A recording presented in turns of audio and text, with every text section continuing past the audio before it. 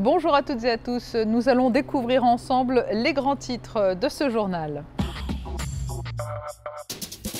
Nous nous rendrons tout d'abord au Monte Carlo Country Club où vient de débuter le tournoi de tennis de Monte Carlo. Nous verrons également comment les commissaires de course se préparent à quelques semaines maintenant du Grand Prix historique et du Grand Prix de Formule 1. La signature d'un accord de partenariat entre Monaco Télécom et l'AMAD Mondial qui tenait son assemblée générale en fin de semaine dernière. Et puis initier des étudiants aux techniques de négociation internationale, c'est l'objectif de la simulation de travaux des Nations Unies organisée par le département des Relations extérieures en partenariat avec l'Université internationale de Monaco. Un peu moins de 10 jours après le quart de finale de Coupe Davis opposant la France aux États-Unis, les cours du Monte Carlo Country Club accueillent de nouveau les meilleurs joueurs de tennis mondiaux. Les Rolex Masters ont débuté ce week-end. Tout au long de la semaine, nous suivrons sur Monaco Info le tournoi de tennis monégasque avec sur place Frédéric Hélion, Jean-Christophe Dimino et Fabien Bonilla que nous retrouvons tout de suite au Monte Carlo Country Club. Et oui, c'est parti pour du tennis toute la semaine, mais avant de voir ce qui s'est passé ce week-end et lundi sur les cours, vous le voyez sur ces images, le Prince a remis au numéro 1 mondial la médaille en Vermeer de l'éducation physique et des sports. Il faut rappeler que Novak Djokovic réside en Principauté. Djokovic, que nous avons rencontré quelques heures plus tard, nous lui avons demandé s'il allait enfin remporter ce tournoi, si ce tournoi était pour lui. Écoutez sa réponse.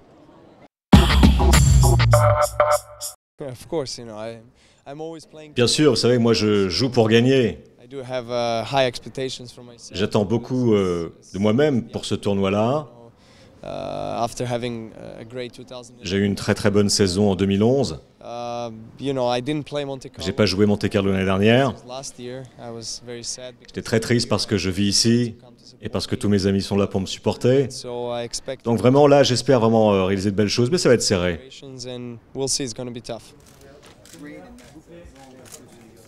C'est un grand plaisir, c'est rare d'avoir parmi nos résidents un numéro 1 en tennis. Il y en a eu dans d'autres sports, mais je crois que c'est un garçon qui a des qualités extraordinaires que vous lui connaissez, un talent extraordinaire, mais aussi une grande générosité, une grande disponibilité pour beaucoup de causes humanitaires et d'autres causes qui lui tiennent à cœur. Et donc je crois que c'était tout naturel que nous le récompensions à cette occasion. Ça va être serré en effet, mais avant de remporter ce tournoi, il faut d'abord le jouer. Ce fut le cas tout le week-end pour les qualifs. 3 monégasques ont d'ailleurs obtenu une wildcard. Regardez. On commence par l'entraîneur de l'équipe de Monaco en Coupe Davis, Guillaume Couillard. Une wildcard pour les qualifications. Il jouait samedi sur le court couvert. Guillaume, 963e joueur mondial, était opposé au Roumain Adrian Ungur, 94e. Malgré une bonne entame de match, Guillaume mène 2-0 au service à suivre. Le joueur monégasque en t-shirt blanc et vert s'inclinera en 2-7, 6-4, 6-2. Je suis pas vraiment préparé pour ce genre de tournoi, donc je suis un peu tendu et puis physiquement je m'effrite très vite, j'ai mal au dos, donc je suis un peu focalisé là-dessus. Et puis voilà, puis bon, c'est un mec qui est au départ un peu plus fort que moi aussi, donc si je suis pas à 100% c'est difficile, quoi. C'est vrai que c'est du bonus incroyable et j'ai pris plaisir devant plein de monde comme ça, c'est sympa quand même, quoi. J'aurais aimé gagner, mais bon, voilà, comme tout le monde, quoi. Le lendemain, sous le soleil, Thomas Drouet face au Bulgare Grigor Dimitrov, 87e à l'ATP. Thomas Drouet, lui aussi, a représenté Monaco en Coupe Davis et l'aventure s'arrêtera pour lui aussi, 6-3, 6-1. Dernier match de qualif pour les Monégasques, celui de Thomas Auger, probablement le plus disputé. Une belle rencontre face au Roumain Victor Anescu. Le représentant monégasque s'inclinera quand même 6-3, 6-4. Un week-end sans pour les représentants monégasques puisque 2 wildcards avaient été attribués pour le premier tour, cette fois à Benjamin Balleret et Jean-René Lisnard, 2 joueurs qui représentent Monaco régulièrement en Coupe Davis. Ils se sont inclinés en 2-7 tous les deux. Et puis un match qui a particulièrement attiré le public également, c'est celui d'Ivan Ljubicic, le Croate, qui a décidé de mettre un terme à sa carrière ici en Principauté. On l'écoute.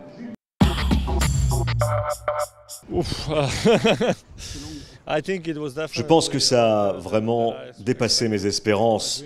Vous savez, au départ, moi je rêvais simplement d'intégrer le top 100 et de vivre grâce au tennis. Et ce rêve ne s'est finalement jamais arrêté. J'ai atteint la place de numéro 3 mondial au sommet de ma carrière, j'ai remporté la Coupe Davis, j'ai obtenu une médaille olympique et ça a été vraiment fantastique. Je suis très heureux de la manière dont s'est déroulée ma carrière. Pendant toutes ces années, j'ai accumulé de très bons souvenirs ici à Monaco. Je réside en principauté depuis 15 ans. Je suis venu m'entraîner très souvent dans ce country club et je me suis préparé ici à chaque fois pour chaque début de saison de terre battue. Et j'ai très bons souvenirs aussi dans le tournoi. J'ai disputé quelques quarts de finale, mais je suis sûr que ce dernier match et la cérémonie qui a suivi vont me marquer à tout jamais. Un peu de douceur dans ce monde de brut, puisque ce lundi était organisée la journée de la femme, la traditionnelle journée de la femme. Plusieurs manifestations leur étaient consacrées. Je vous propose d'écouter à ce propos l'organisatrice de cette journée, Mélanie-Antoinette de Massy. C'est un tournoi uniquement masculin, comme nous le savons tous, mais nous savons que dans un cadre si exceptionnel, avec normalement un grand soleil, les dames ont toujours plaisir à venir déjeuner, à venir regarder quelques matchs. Et donc pour nous, c'est important de vraiment créer ces journées à thème. Nous avons eu la journée des enfants hier, une journée de la femme aujourd'hui. Nous sommes très contents parce que nous savons déjà que nous avons fait plus de 2000 personnes en plus que l'année dernière, surtout les femmes qui ont réservé parce qu'elles savaient qu'elles étaient mises à l'honneur aujourd'hui.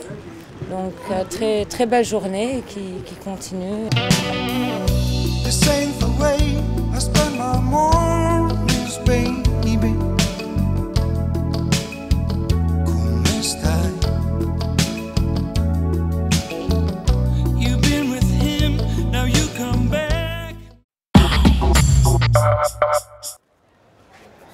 Qualifié du jour, Fernando Verdasco, l'Espagnol, tête de série numéro 13. Il s'est laissé accrocher par Olivier Rocus dans la première manche, 6-4 pour le Belge. Verdasco égalise aussitôt, 6-2 dans la deuxième, avant de conclure 7-5. Au tour suivant, Verdasco sera opposé au Croate Ivan Dodig.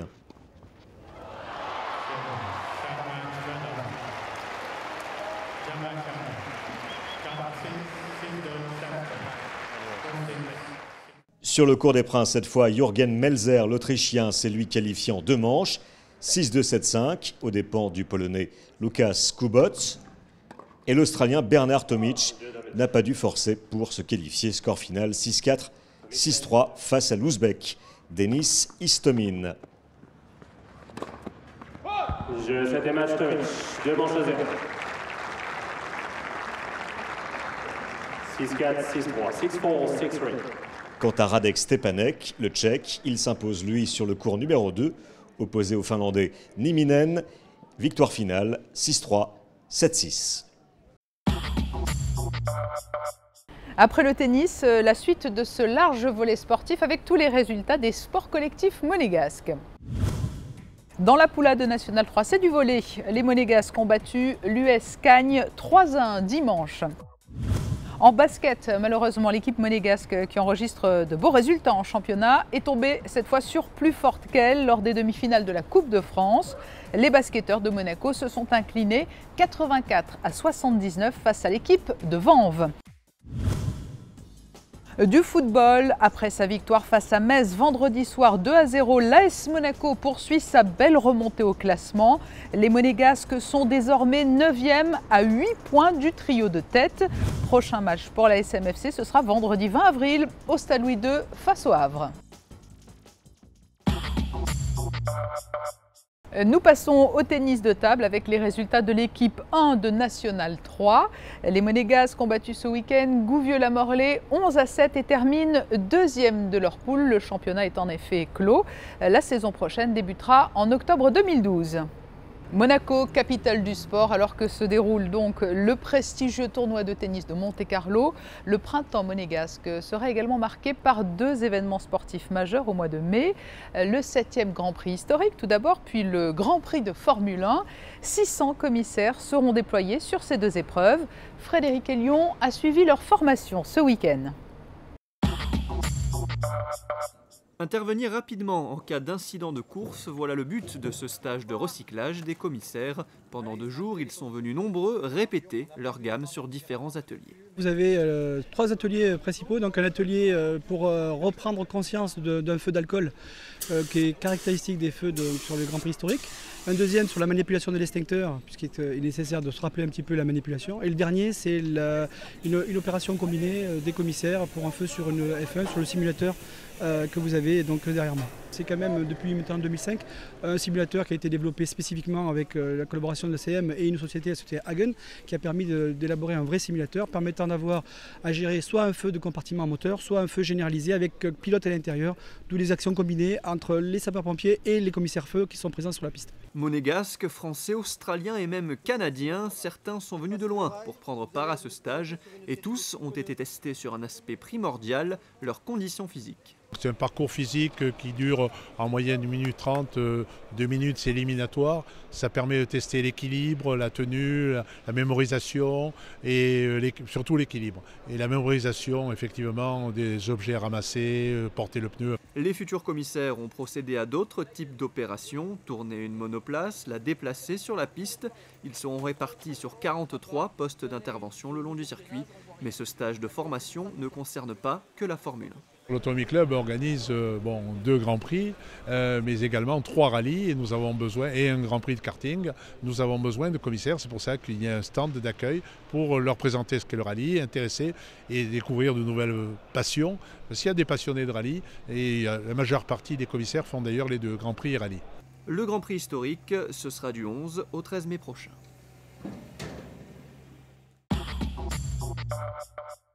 Une exposition de modélisme était organisée du 12 au 14 avril dans la galerie commerciale du centre de Fontvieille, en partenariat avec la CAM, la compagnie des autobus de Monaco, en partenariat également avec l'association MC Nuance et l'association des modélistes de Beau-Soleil. Marie-Pierre Gramaglia, conseiller de gouvernement, s'est rendue sur place où elle a été accueillie par le responsable de la compagnie des autobus de Monaco, Roland de Rechnevski. La MAD mondiale tenait vendredi dernier son assemblée générale annuelle, l'occasion d'officialiser un nouveau partenariat avec Monaco Télécom. L'opérateur monégasque a décidé de soutenir encore un peu plus les activités de la MAD mondiale. Écoutez Francis Cassassa, le secrétaire général de la MAD mondiale, et Martin Perronnet, directeur général de Monaco Télécom. Ce qui est important à signaler, c'est que Monaco Télécom travaille déjà avec la MAD mondiale depuis de nombreuses années. Nous avons souhaité, et surtout Monaco Télécom, souhaité intensifier notre partenariat. Monaco Télécom nous proposera en fait des outils de communication beaucoup plus performants que ce que nous avons aujourd'hui.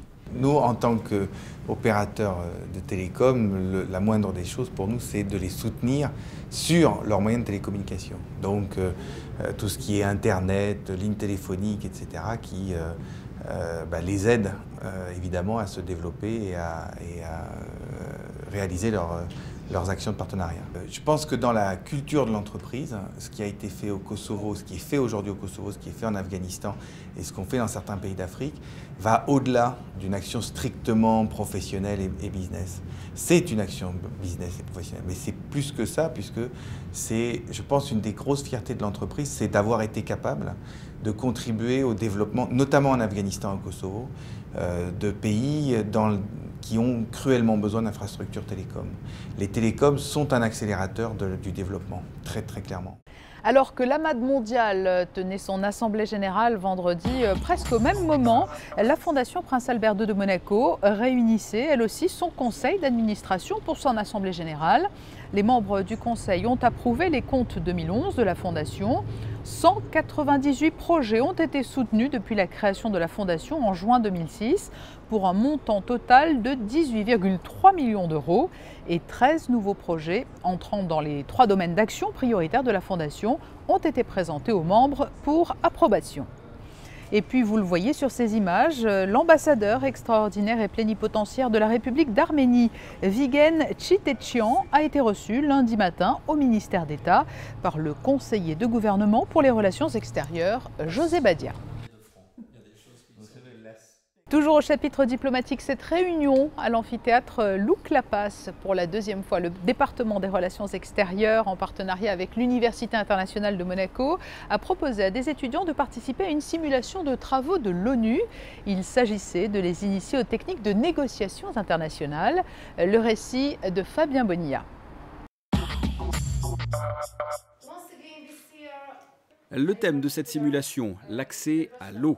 54 étudiants participent à cet exercice, essentiellement de l'IUM, mais également des étudiants d'écoles de commerce de la région. Ces élèves sont répartis en équipes et représentent au total 27 pays. L'objectif, échanger des idées et arriver à une solution. Cela fait un peu plus de 2 mois que ces jeunes travaillent sur ce projet. Ça a été une recherche assez profonde sur quelles sont les problématiques du pays concerné. Nous sommes par équipe de 2. Nous avons fait d'abord un speech que nous allons proposer de 2 minutes et demie, un papier à rendre à nos professeurs de 10 pages, une étude assez approfondie. Je représente l'Afrique du Sud. C'est un pays qui est le plus développé de l'Afrique. Nous avons des propositions pour travailler avec la majorité des pays africains, mais aussi avec les pays déjà développés, puisque nous avons besoin de moyens. C'est avant tout ce qui est nécessaire. Mais nous sommes prêts et nous sommes impatients de voir quelles vont être les conclusions de cette discussion aujourd'hui. Cette simulation est organisée par l'IUM, l'Université internationale de Monaco, en collaboration avec la Direction des affaires internationales. La Direction des affaires internationales de Monaco a tenu à s'associer à ce projet d'exercice de simulation de négociations internationales onusiennes qui porte sur un thème qui est très cher à Monaco et à la diplomatie monégasque, à savoir l'accès à l'eau. On a tenu à s'associer et à cofinancer cet exercice. C'est très important. Monaco est un petit pays, mais un pays très ouvert qui participe à de nombreuses activités sur la scène internationale. Et donc c'est très important d'avoir cet exercice aujourd'hui en principauté. C'est l'occasion pour les étudiants d'apprendre à s'intéresser à la problématique, d'apprendre à négocier, d'apprendre à faire des propositions, à utiliser le vocabulaire des Nations Unies, donc à se prendre pour des diplomates. Et ils trouvent en général l'exercice très utile. Après une journée de débat et de négociations, tout comme à l'ONU, des résolutions ont été adoptées pour améliorer l'accessibilité à l'eau. 2,5 milliards de personnes n'ont pas accès à l'eau dans le monde. Une thématique pour ces jeunes très importante, à 2 mois de la conférence des Nations Unies à Rio+20. L'actualité culturelle avec cette journée portes ouvertes à la salle Garnier dimanche. Le public a pu assister aux répétitions de l'opéra Macbeth qui sera donnée du 20 au 28 avril en clôture de la saison de l'Opéra de Monte-Carlo. Une répétition scène-orchestre ouverte à tous et qui a permis de découvrir l'envers du décor de l'Opéra de Monte-Carlo. Les ballets de Monte-Carlo, quant à eux, se produiront du 19 au 22 avril au Grimaldi Forum. Les spectateurs pourront découvrir Body Remix de la chorégraphe canadienne Marie Chouinard, Kill Bambi de Jérôme Verbruggen et l'Altro Canto 1 de Jean-Christophe Maillot. Et puis avant de refermer ce journal, les prévisions météo pour les jours qui viennent et à la demande générale. Mardi, temps agréable sans pluie, davantage de soleil que de nuages, peu de vent, les températures resteront proches des normales saisonnières. Mercredi en revanche, un peu de pluie dans la nuit, nuages passagèrement menaçants et éclaircis dans la journée, vent très sensible, température clémente à l'abri du vent. Jeudi, ciel changeant, risque temporaire de pluie, température en légère baisse, comprise entre 13 degrés le matin et 16 degrés au meilleur moment de la journée. Vendredi, ciel nuageux avec des averses le matin, mais des éclaircies en cours de journée et des températures peu élevées. C'est la fin de ce journal. Dans un court instant, la suite des programmes sur Monaco Info.